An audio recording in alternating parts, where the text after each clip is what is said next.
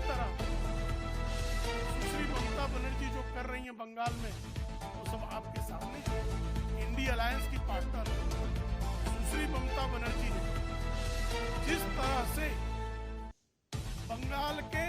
आम जनों को, छात्रों को जिस तरह से धमकाने का काम किया,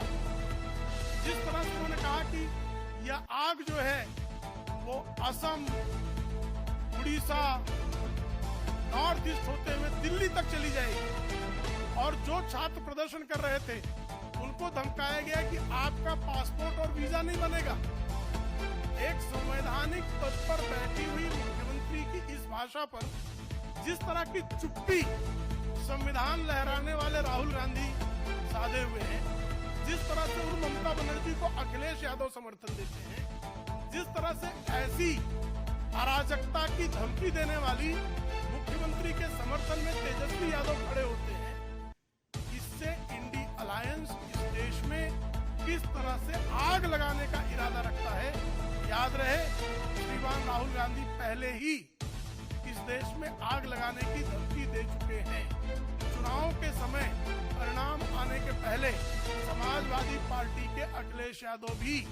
इस देश में आग लगाने की धमकी दे चुके हैं। तो ये इंडी अलायंस के नेता भ्रष्टाचारियों को बचाने के लिए, व्यभिचारियों को बचाने के लिए, बलात्कारियों को बचाने के लिए इस देश को बारंबार आग के हवाले करने की जो बात कर रहे हैं, वो निश्चित तौर पर यह दिखा रहा है कि टुकड़े टुकड़े गैंग इनके भीतर जो है बहुत भली भांति प्रवेश कर चुका है। इसलिए जो है वो इस तरह की बातें बार बार कर रहे हैं। हमारी ऐसी स्थिति में मांग है, एक, श्रीमान मल्लिकार्जुन खड़गे के विरुद्ध सीबीआई की जांच होनी आवश्यक है। सुश्री ममता बनर्जी को जिन बलात्कारियों को बचाने का उन्होंने प्रयास किया है, उस मामले में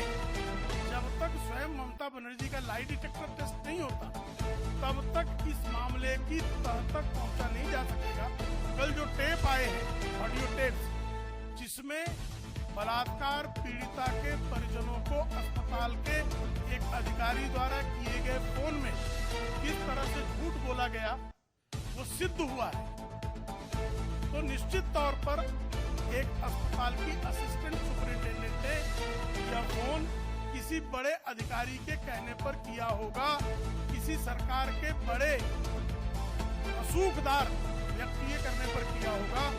और सुश्री ममता बनर्जी मुख्यमंत्री होने के साथ साथ वह राज्य की स्वास्थ्य मंत्री भी है,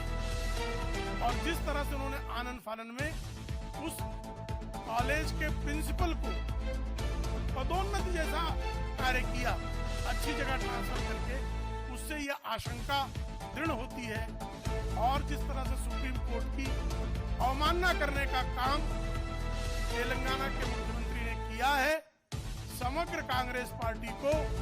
इस देश की संवैधानिक संस्थाओं से माफी मांगना आवश्यक है।